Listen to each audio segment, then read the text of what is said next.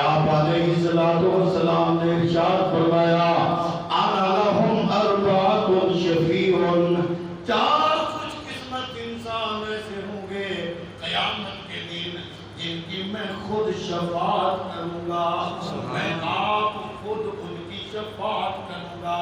حالانکہ قیامت کے دن کا منظر یہ ہوگا، ہر بندے کی یہ چاہت ہوگی، ہر بندے کی یہ تمنا ہوگی، ہر بندے کی یہ خواہش ہوگی، چاہے غوث ہے، چاہے قطب ہے، چاہے ابدال ہے، چاہے ولی ہے، چاہے حاجی ہے، چاہے نمازی ہے، چاہے صوفی ہے، چاہے راضی ہے، چاہے جامی ہے، شیرازی ہے، سعدی ہے، ہر بندہ یہ تمنا کرے گا کہ قیامت والے دن آپ علیہ السلام ہماری شفاعت فرما دیں۔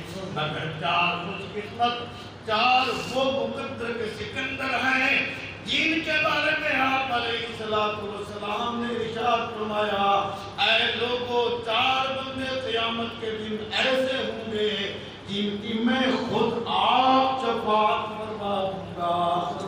بات کیجئے یا رسول اللہ صلی اللہ علیہ وسلم، وہ چار مقدر کے سکندر، وہ خوش بخت انسان کون ہوں گے؟ فرمایا المکرم لذریتی، المکرم لذریتی۔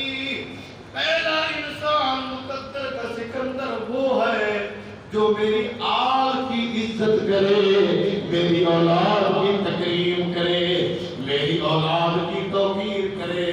پہلا انسان وہ جو اہل بیت اطہار کی محبت کرے، ان کی عزت کرے، ان کی توقیر کرے۔ جو بندہ ایسا ہوگا قیامت والے دن مدنی کریم صلی اللہ علیہ وآلہ وسلم اس بندے کی خود آپ شفاعت فرما دیں گے۔ سبحان اللہ۔ المکرم لذریتی، فرمایا پہلا بندہ وہ ہوگا جو میری اولاد کے ساتھ، آل کے ساتھ محبت کرے، ان کا اکرام کرے، ان کی توقیر کرے۔ یا رسول اللہ صلی اللہ علیہ وسلم، دوسرا بندہ کون ہوگا جس کی قیامت کے دن آپ خود شفاعت فرمائیں گے؟ فرمایا السائلہم فی امورہم، جو میرے اہل بیت اطہار کی کوئی حاجت پہ پورا فرما دے۔ ذرا توجہ کریں میرے دوستو، ایک بزرگ گزرے ہیں سلیمان بن ربیع، آپ فرماتے ہیں بغداد کے اندر میں موجود تھا، ایک قافلہ حج کو جا رہا تھا، میں نے بھی ارادہ کیا 500 دینار جیب کے اندر ڈالے، حاجیوں کا قافلہ حج کے لیے جا رہا ہے، میں بھی ان کے ساتھ جا کر حج کرتا ہوں، بیت اللہ شریف کا طواف کرتا ہوں، حضور کے روضہ اکبر پر حاضری دیتا ہوں، حج کر کے واپس آ جاؤں گا۔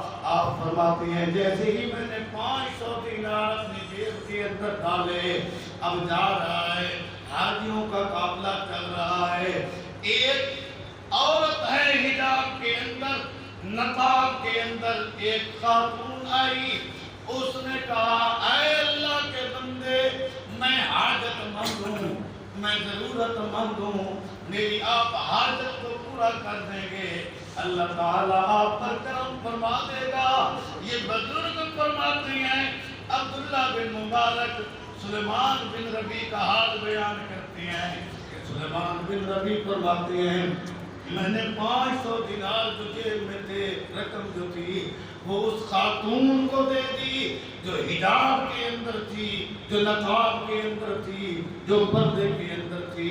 اب میں واپس آ کر بغداد کی مسجد میں آ کر بیٹھ گیا، اپنے گھر کے اندر چلا گیا، قافلہ جو حاجیوں کا تھا وہ حج کے لیے روانہ ہو گیا، حج کر کے قافلے کے لوگ واپس آ گئے، میں تمام کو جانتا تھا، میں نے دل میں ارادہ کیا دوستوں کے پاس جاؤں، ان کو مبارک دوں۔